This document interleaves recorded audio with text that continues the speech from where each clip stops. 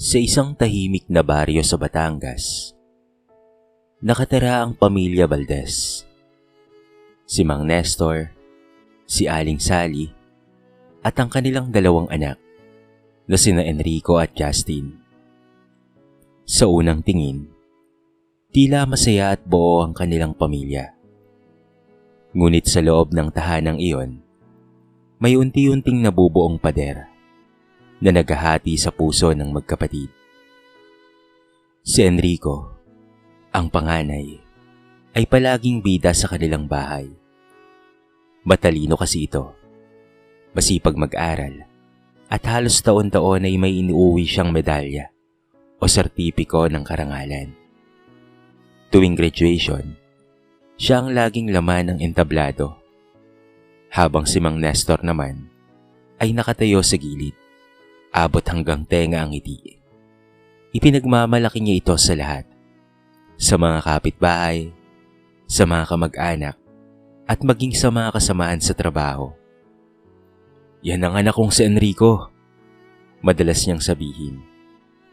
Hindi tulad ng iba, hindi ko pinalaking tamad o mahina ang ulo. Sa kabilang banda, si Justin, ang bunsong anak, ay tahimik lang. Hindi man siya honor student, masipag naman siyang pumasok at laging may dalang ngiti kahit pagod. Siya ang kasakasama ni Aling Sally sa pagtitinda ng gulay sa palengke o sa paglalako sa kanto. Marunong siyang magbuhat, tumulong, magluto, at mag-alaga ng bahay. Ngunit para kay Mang Nestor, hindi yun sapat. Hindi mo man lang ba kayang pantayan ng kuya mo? Tanong ni Mang Nestor minsan, habang kumakain sila ng hapunan. Tahimik lang si Justin. Nakayuko. Mahal, tama na. Ginagawa naman ni Justin ang best niya. Hindi lahat ng matalino sa eskwela ay matalino sa buhay. Ngunit mabilis ang tugon ni Mang Nestor. Hindi ko kailangan ng dahilan. Basta't sa pamilya natin, walang puwang ang kabobohan. Kung hindi mo kayang magbigay ng karangalan, huwag ka na lang mag-aksaya ng pera sa pag-aaral. Tumigil sa pagkain si Justin. Ramdam niya ang paghapdi ng mga salitang iyon. Pilit niyang itinatago ang kanyang luha, pero hindi niya napigilan ang pagkirot sa kanyang dibdib.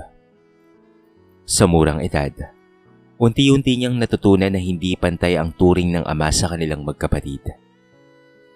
Nang gabing iyon, kinausap ni Aling Sally ang kanyang asawa. Nestor, hindi mo naman kailangang ipagkumpara ang mga anak mo sa ganitong paraan. Pareho silang anak natin. Si Enrico, magaling nga siya sa pag-aaral. Pero si Justin, may puso. Siya ang tumutulong sa akin sa lahat. Ngunit matigas ang ulo ni Nestor. Hindi ko kailangan ng anak na puro puso lang. Ngayon ay kailangan ng talino para umasenso. Hindi alam ni Nestor na naririnig ni Justin ang lahat mula sa likod ng pinto. Nakayakap siya sa kanyang sarili habang pumapatak ang luha. Sa loob-loob niya, nangako siyang hindi siya mananatiling walang silbi gaya ng tingin ng kanyang ama. Hindi niya kailangang higitan o pantayan si Enrico. Gusto lang niyang ipakita na may halaga rin siya. Kinabukasan, habang si Enrico ay inaasikaso ng ama para sa quiz bee, si Justin naman ay nagbuhat ng mga bayong ng gulay papuntang palengke, kasama ang kanyang ina.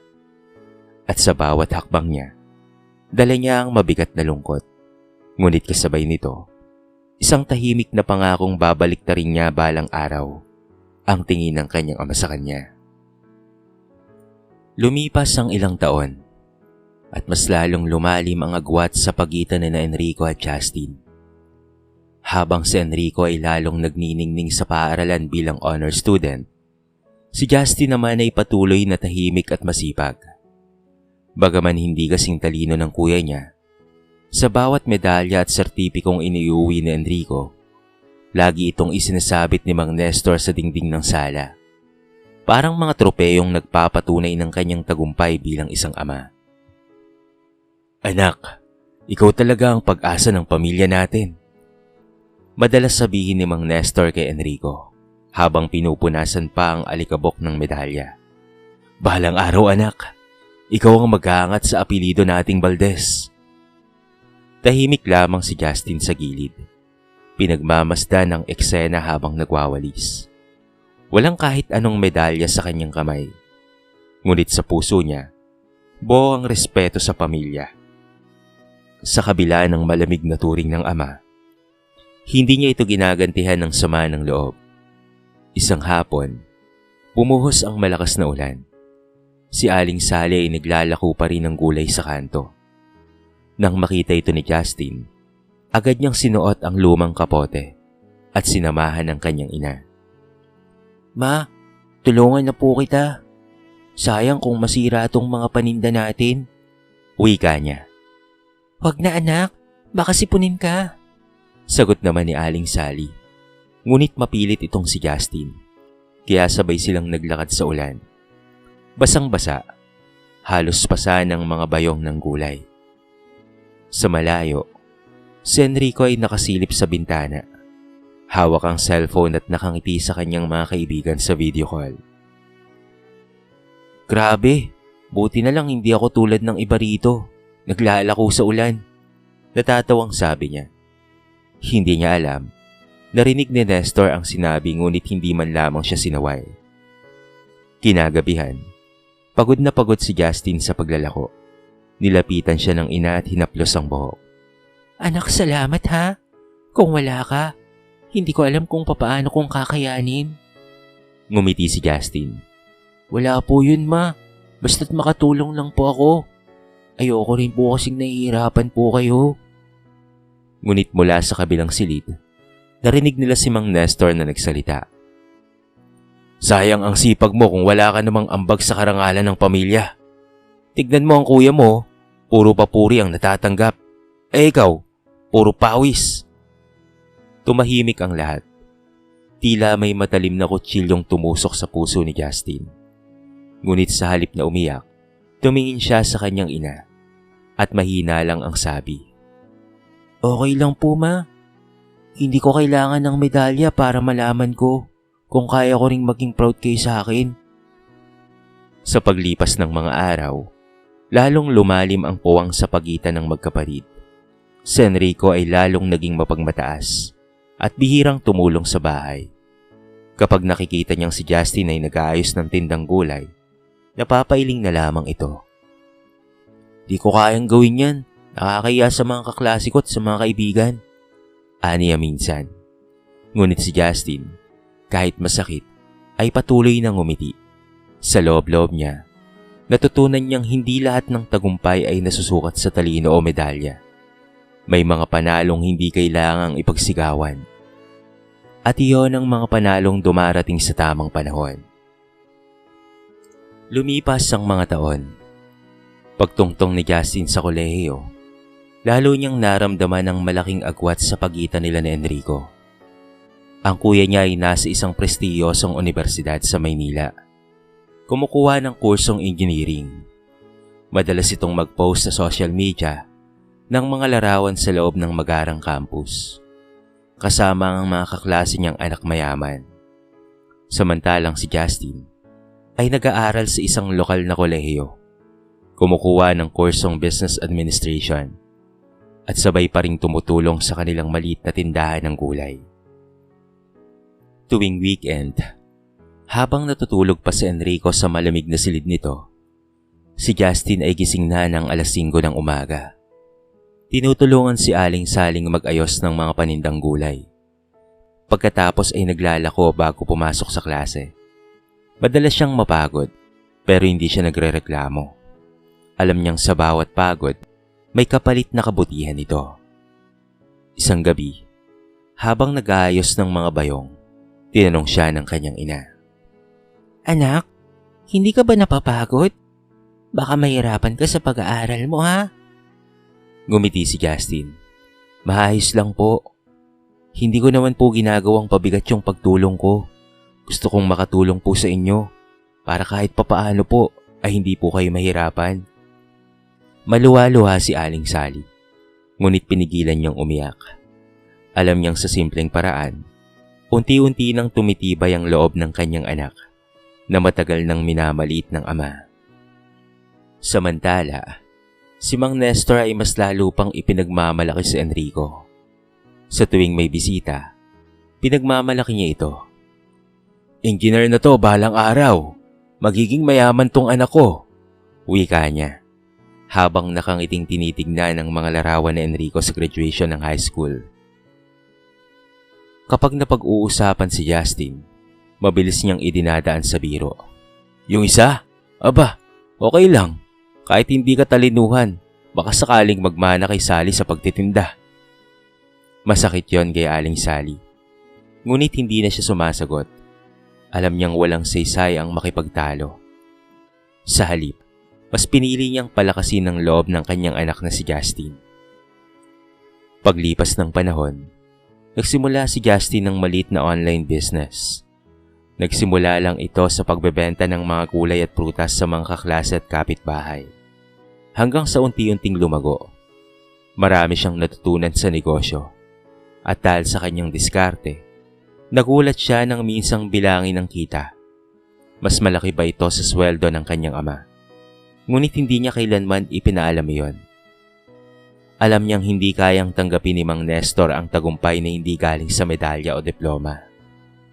Sa kabilang banda, si Enrico ay naging abala sa mga thesis at pati na rin sa group projects. Minsan, humingi siya ng tulong sa ama para sa malaking gastusin. "Pa, kailangan ko po ng pambili ng materials. Malaki-laki po ang halaga." Hindi nagdalawang isip si Nestor. Ibinigay kaagad kahit wala na halos na matira sa kanilang ipon. "Basta para sa anak kong magaling, walang problema," wika ni Mang Nestor. Narinig iyon ni Justin, pero sa halip na mainggit, ngumiti lamang siya. "Masaya ako para kay kuya. Pero balang araw, ma," mahina niyang sabi, "ako naman ang tutulong sa inyo, kahit hindi ako paborito." At mula noon, nagsimula ang tahimik ngunit matatag na paglalakbay ni Justin. Ang paglalakbay ng isang anak na minamaliit ngunit hindi kailanman sumuko. Mabilis na lumipas ang mga taon. Sa wakas, magkasunod na nakapagtapos sina Enrico at Justin. Noong graduation ni Enrico, malaki ang paghahanda ni Mang Nestor. Nagpa-imprenta pa ng tarpaulin na may nakasulat na, "Congratulations, Engineer Enrico Valdez. Our pride." Punong-puno ng bisita ang kanilang bahay. May lechon, may inuman, at may kantahan. Lahat ay masaya. At si Enrico ay nakangiti habang tinatanggap ang mga pagbati. Ngunit makalipas ang 2 taon at nang si Justin na ang graduate, tahimik lamang ang bahay. Si Aling Sally lang ang naghanda ng simpleng pansit at buko salad. "Ma, wag na po kayong mag-abala. Konti lang naman po ang pupunta," sabi ni Justin habang inaayos ang suot niyang lumang toga. "Hindi na po kailangan ng engranding handaan. Ang mahalaga po, nakapagtapos din po ako tulad ni kuya." Ngumiti si Aling Sally, ngunit bakas sa kanyang mukha ang lungkot. "Sayang lang anak, sana man lang nandito si papa mo." "Alam ko naman po ma, sanay na po ako." Habang nagmamarcha si Justin sa entablado, wala ang kanyang ama at wala ring palakpakan ng pamilya maliban sa ina niyang nakaupo sa gilid. Tahimik na umiiyak sa tuwa. Sa kabila ng lahat, nakangiti si Justin habang tinatanggap ang diploma. Hindi dahil sa karangalan, kung hindi dahil alam niyang tinapos niya ito sa sarili niyang pagsisikap, pawis, at tiyaga. Samantala, si Enrico ay nagtatrabaho na sa malaking kumpanya. Engineer na siya at may mataas na sahod. Madalas niyang ipinagmamalaki sa mga kaibigan niya ito. "Kung hindi dahil sa disiplina ni Papa, baka hindi ako naging ganito." At si Mang Nestor naman, tuwang-tuwa sa kanyang anak na nagbibigay ng karangalan sa kanilang apelyido. "Yan ang anak kong Valdez," madalas niyang sigaw kapag nagkakabiruan sa kanto. Si Justin, sa kabilang banda, ay nagsimula bilang assistant manager sa isang maliit na kumpanya. Sa una, simple lamang ang trabaho niya. Ito ay ang mag-monitor ng mga sales at tumulong sa accounting. Ngunit sa gabi, patuloy pa rin siya sa kanyang online business. Dahil sa kanyang tiyaga at kababaang loob, unti-unti siyang napansin ng kanilang boss. "Iba ka, Justin," sabi ng manager isang araw. "Tahimik ka lang pero may diskarte ka sa buhay. Alam mo kung paanong ayusin ang problema nang hindi nagrereklamo. Napakagaling mo. Malayo ang mararating mo." Samantala, hindi alam ni Mang Nestor, habang abala siya sa pagpapayabang sa tagumpay ni Enrico, ay tahimik na umaangat ang anak na matagal na niyang minamaliit. Ito ay walang iba kung hindi si Justin. Si Justin ay natutong mag-ipon, magplano, at magpalago ng negosyo. Bawat bariyang kinikita niya ay kanyang inalagaan, at kalaunan ay nakapagpatayo siya ng maliit na tindahan sa palengke. Ito ay ang Sally's Fresh Produce. Pinangalanan niya iyon bilang parangal sa kanyang ina. Isang gabi, umuwi si Mang Nestor na lasing at nagyabang kay Sally. "Ano, nakita mo? Si Enrico, may kotse na. Ang swerte natin dahil may anak tayong matagumpay." Tahimik lamang si Sally. Pero sa isip niya, "Hindi mo lang alam, mas malayo na ang narating ng anak mong hindi mo pinapansin at palagi mong pinapahiya." At habang natutulog si Mang Nestor, dumungaw si Justin sa maliit na tindahang itinayo niya. Mahina siyang umiti. Sabay sabi ng, "Hindi man ako ang paborito, pero akong magiging dahilan para hindi na maghirap si Mama." 5 taon ang lumipas, at tila nagkabaliktad ang mundo ng magkapatid na Valdez. Si Enrico, na dati ipinagmamayabang ng kanyang ama, ay unti-unting nagbago. Sa una ay maganda ang takbo ng karera bilang engineer. May mataas na sweldo, magarang kotse, at mga proyekto mula sa pribado at pamahalaan. Ngunit dahil sa labis na kumpiyansa sa sarili, naging kampante siya. Madalas siyang malate at minsan pa nga ay pumapasok sa trabaho ng lasing. "Anak, maghinay-hinay ka," paalala minsan ni Aling Sally nang mapansin ang pagod nitong itsura. "Baka naman sobra ka na sa bisyo mo, ha?" "Aba ma, relax lang. Alam mo bang hawak ko ang pinakamalaking proyekto ngayon? Hindi to basta-basta ma," sagot ni Enrico, sabay kindat pa. Tahimik lang si Justin na nakikinig mula sa kusina. Wala siyang sinasabi, pero ramdam niyang may hindi magandang patutunguhan ng pag-uugali ng kanyang kuya. Samantala, si Justin ay tahimik na umaangat. Sa tulong ng kanyang kasipagan at kababaang loob, na-promote siya bilang branch manager ng kumpanyang pinapasukan niya. Bukod pa roon, patuloy na lumalago ang negosyong sinimulan niya noong kolehiyo.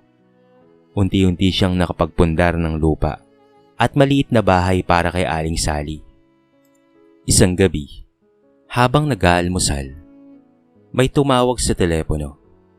Si Mang Nestor ang sumagot. "Hello? Sino to?" tanong niya. "Mang Nestor, ako po si Attorney Romero. Kailangan niyo pong pumunta sa presinto. Nasangkot po sa anomalya ang anak niyo, si Engineer Enrico Valdez." Halos mabitawan ni Mang Nestor ang telepono. "Ano? Imposible yan. Ang anak ko? Hindi gumagawa ng kalokohan niyang anak ko, ha?" Ngunit pagdating nila sa presinto, bumungad sa kanya ang anak na nakayuko, hawak ng pulis, at may pasa sa mukha. "Pa," mahina ang pagkakasabi na Enrico. "Wala akong intensyon. Nadamay lang ako." Ngunit malinaw sa ulat, tumanggap siya ng suhol at pinirmahan ng dokumentong may pekeng datos. Ang pinakamasakit pa, ang proyektong iyon ang dati niyang ipinagmamalaki. "Anak, anong ginawa mo?" Halos maiyak na tanong ni Mang Nestor. "Sabi ko sa iyo, mag-iingat ka." "Wala akong choice pa. Kailangan ko ng pera para mapanatili yung tingin mo sa akin. Ayoko kasing mapahiya ka. Natahimik si Mang Nestor. Para siyang tinamaan ng kidlat. Ang anak na itinuturing niyang perpekto ay bumagsak dahil sa labis na pressure na siya mismo ang naglagay.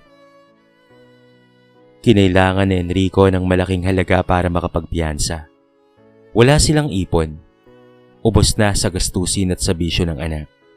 Sa gitna ng katahimikan, lumapit si Justin at mahina lang ang sabi, "Pa, ako na po ang bahala." Napatingin si Mang Nestor, tila hindi makapaniwala. "Ikaw? Saan ka naman kukuha ng ganong kalaking halaga?" "Hindi na po mahalaga kung saan.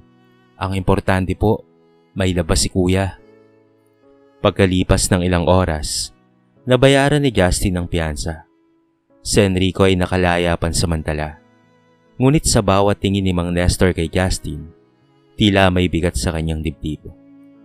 Ang anak na tinatawag niyang walang silbi, siya pa pala ang tutulong sa paborito niyang anak na gumawa ng pagkakamali at kabalbalan. At sa unang pagkakataon, napayoko si Mang Nestor, hindi dahil sa iya sa iba, kung hindi dahil sa iya sa kanyang sarili. Tahimik ang bahay ng mga Valdez ng gabing iyon. Si Enrico ay nakaupo sa sofa. Walang imik, hawak ang tasa ng kape na hindi niya iniinom. Si Justin naman ay abala sa paghahanda ng hapunan. Habang si Mang Nestor ay nakatulala lamang sa dingding, hindi pa rin makapaniwala sa lahat ng nangyari. "Pa," mahinang tawag ni Enrico. "Pasensya na po ah. Alam kong nilagay ko sa kahihiyan ang pamilya natin." Hindi kaagad sumagot ang matanda. Napabuntong hininga lang siya bago magsalita. "Hindi mo lang ako pinahiya, anak. Pinahiya mo rin ang sarili mo. Pero higit sa lahat, pinahiya ko ang sarili ko bilang ama." Tumigil si Justin sa ginagawa. Nilingon niya ang kanyang ama, na ngayon ay nakatingin kay Enrico. Hindi na mayabang, kung hindi puno ng lungkot. "Alam mo, Enrico," patuloy ni Mang Nestor, "lumaki kang akala mo, ikaw lang ang karapat-dapat na hangaan. Binuo ko ang ilusyon na ikaw ang pinakamagaling." Habang si Justin, napahinto siya at tinignan ng kanyang anak. Si Justin ang palagi kong minamaliit. Lumapit si Justin at mahinang sinabi, "Pa, huwag niyo pong sabihan ang sarili niyo ng ganyan. Wala po akong sama ng loob. Alam ko pong gusto niyo lamang ang pinakamagandang buhay para sa amin." Ngunit umiling si Mang Nestor. "Hindi anak, mali ako.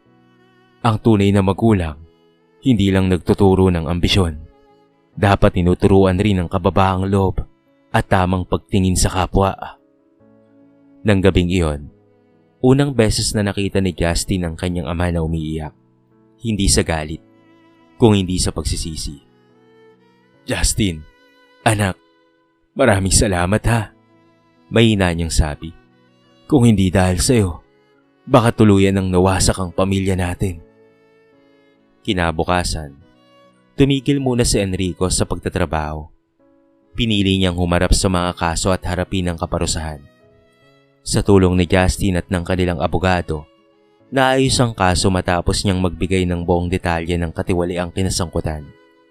Hindi siya nakulong, ngunit natanggal siya sa trabaho at pinatawan ng suspensyon. Sa panahong iyon, si Enrico ay madalas na maglakad sa labas ng bahay.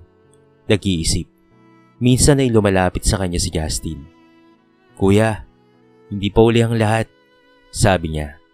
"Ang pagkakamali, hindi ibig sabihin katapusan na." Napangiti si Enrico, bagaman may lungkot.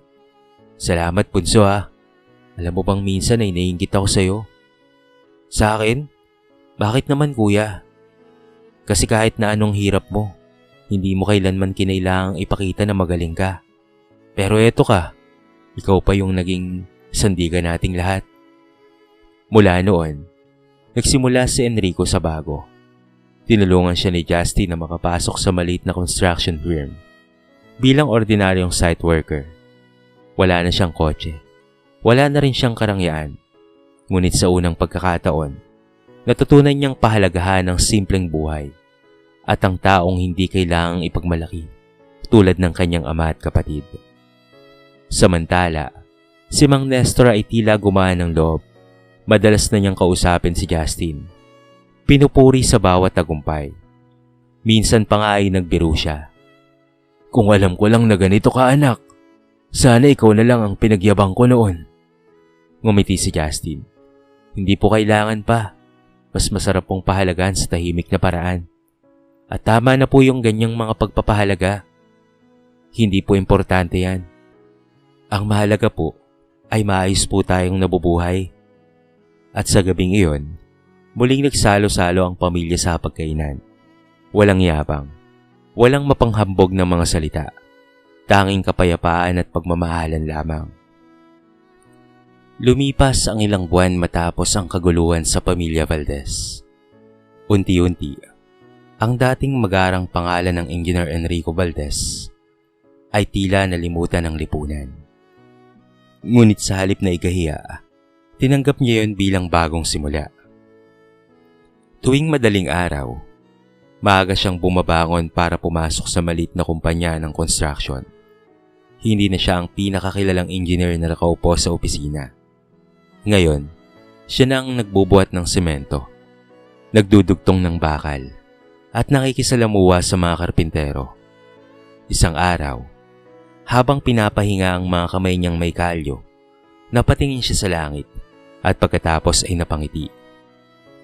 Ganito pala ang tunay na buhay, bulong niya. Mas mabigat, pero mas totoo. Samantala, si Justin ay patuloy sa pagpapatakbo ng kanyang maliit na negosyo. Isang agri-supply store na nagsimula lamang sa ilang sako ng binhi at pataba noong siya ay estudyante pa. Dahil sa kanyang kasipagan at tapat na serbisyo, lumago ito at kalaunan ay nagkaroon ng 3 sangay sa iba't ibang bayan.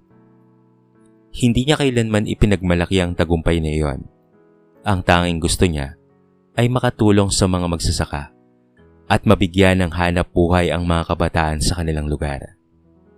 Isang umaga, dinala ni Justin ang kanyang mga magulang sa bagong bukas na sangay ng negosyo. Pa, Ma, sabi niya habang nakangiti.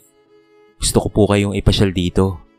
Kayo ang inspirasyon ko kung bakit ko po ito'y tinayo. Napatulala si Mang Nestor nang makita ang malinis at maayos na gusali na may nakasulat sa harapan. Justin Agri Supply. Honesty and hard work grow here. Hindi nakapagsalita ang matanda. Lumapit siya sa anak at niyakap ito ng mahigpit.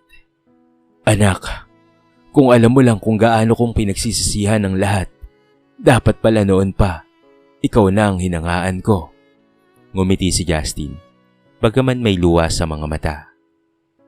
Hindi po ako nagtagumpay para ipamukha sa inyo ang pagkakamali nyo pa. Ginawa ko po ito dahil gusto ko pong ipakita na kahit hindi ako kasing talino ni Kuya, kaya kong gumawa ng tama sa sariling paraan. Tumango si Mang Nestor habang patuloy ang pag-agos ng luha sa kanyang pisngi. Sa tabi nila, si Enrico ay tahimik na nakamasid.